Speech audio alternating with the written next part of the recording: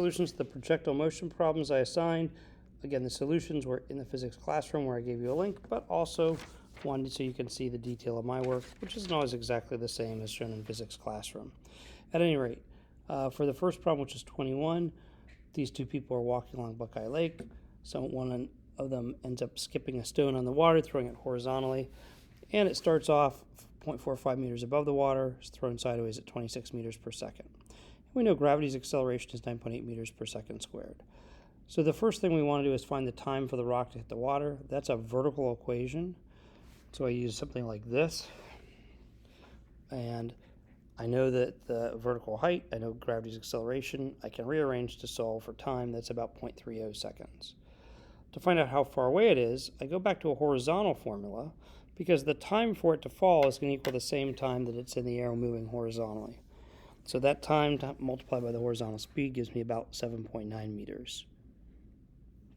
For problem 2, or 22, the knowns are the horizontal velocity something's thrown, or actually this is someone's running off a diving board, the vertical height of the diving board above the water, and again, gravity's acceleration.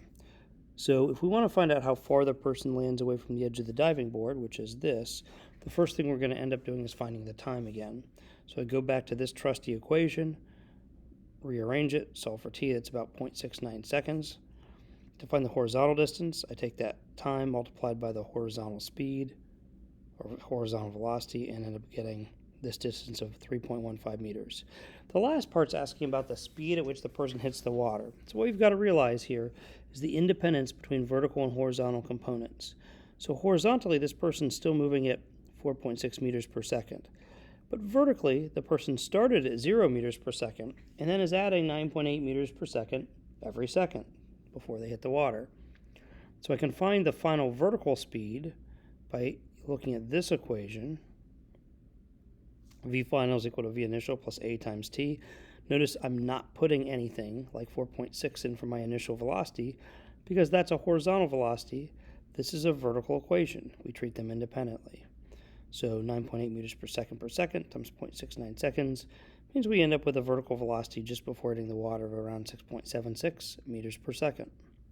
So to get the overall speed at which the person hits the water, I'm going to use Pythagorean theorem and combine the vertical and horizontal velocities.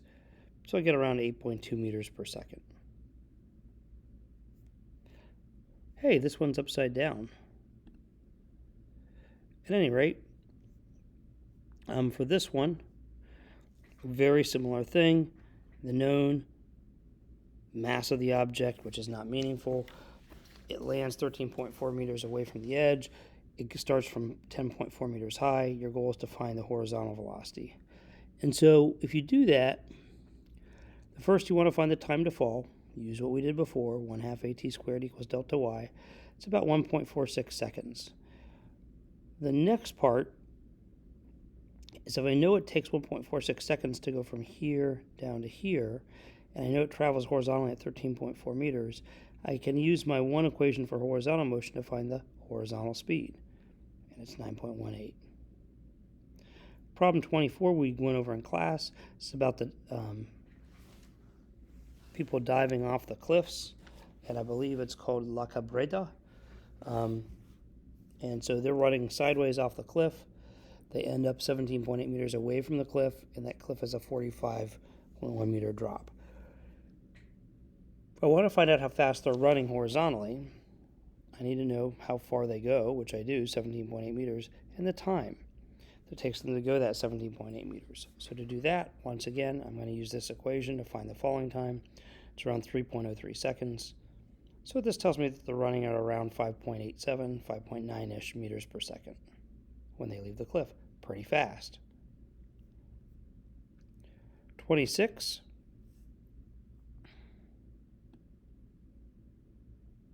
It's not that important. So for 26, what we have here is, that's weird. Put that in here.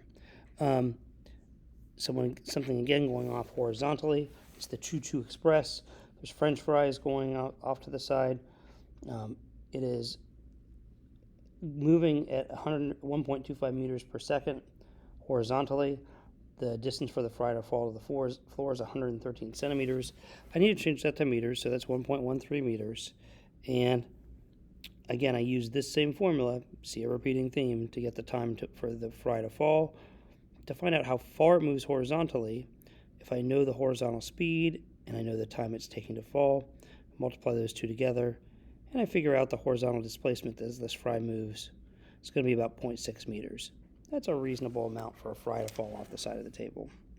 To find the final speed for this problem, this is very similar to the one we did earlier, which was up here, problem 22.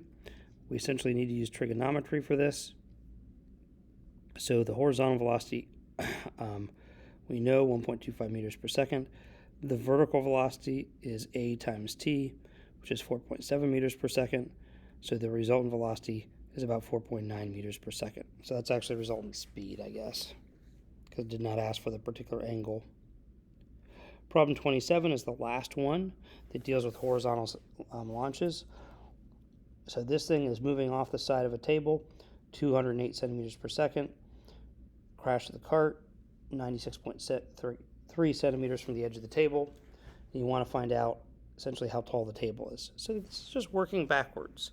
So before we've known the height of the object and tried to figure out the time for an object to fall and some other things. Here we know the horizontal speed, we know the horizontal distance. So if we know those things, we can use the constant velocity formula for horizontal motion, rearrange it, and solve for the time that it takes to go 0.963 meters. And notice again I'm changing everything to meters per second or meters to keep my units consistent.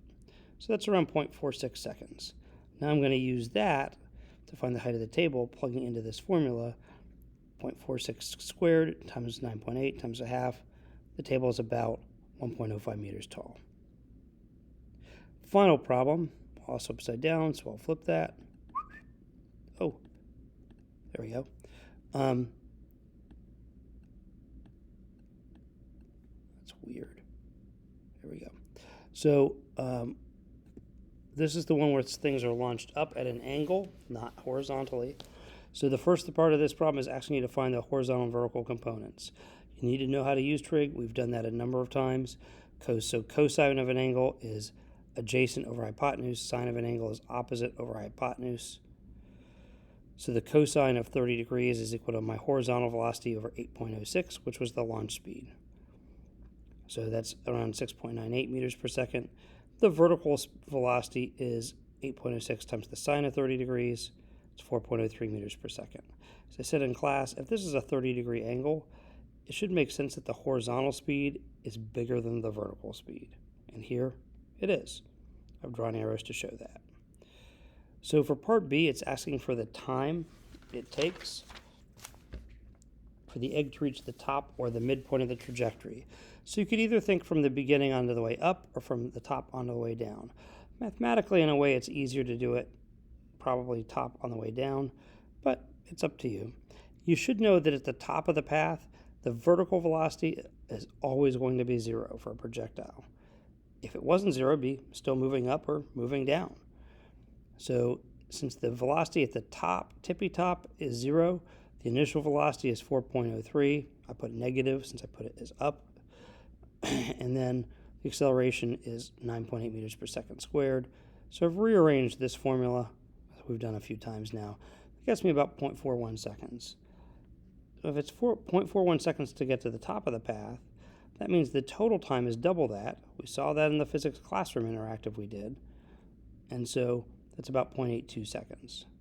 Finally, to find the horizontal distance the thing traveled, we take the horizontal velocity times the total time, because it's traveling horizontally both as it's moving up and as it's falling back down. And that gets me about 5.74 meters. Finally, to find the maximum height that this was in the path of the projectile, so I want to know this height right here. I can think about using this y equals 1/2 at squared, but I want to be careful and use only half the time. Why? Because the object isn't rising or falling for 0.82 seconds. The object is rising for 0.41 seconds, and then it's at the top of its path.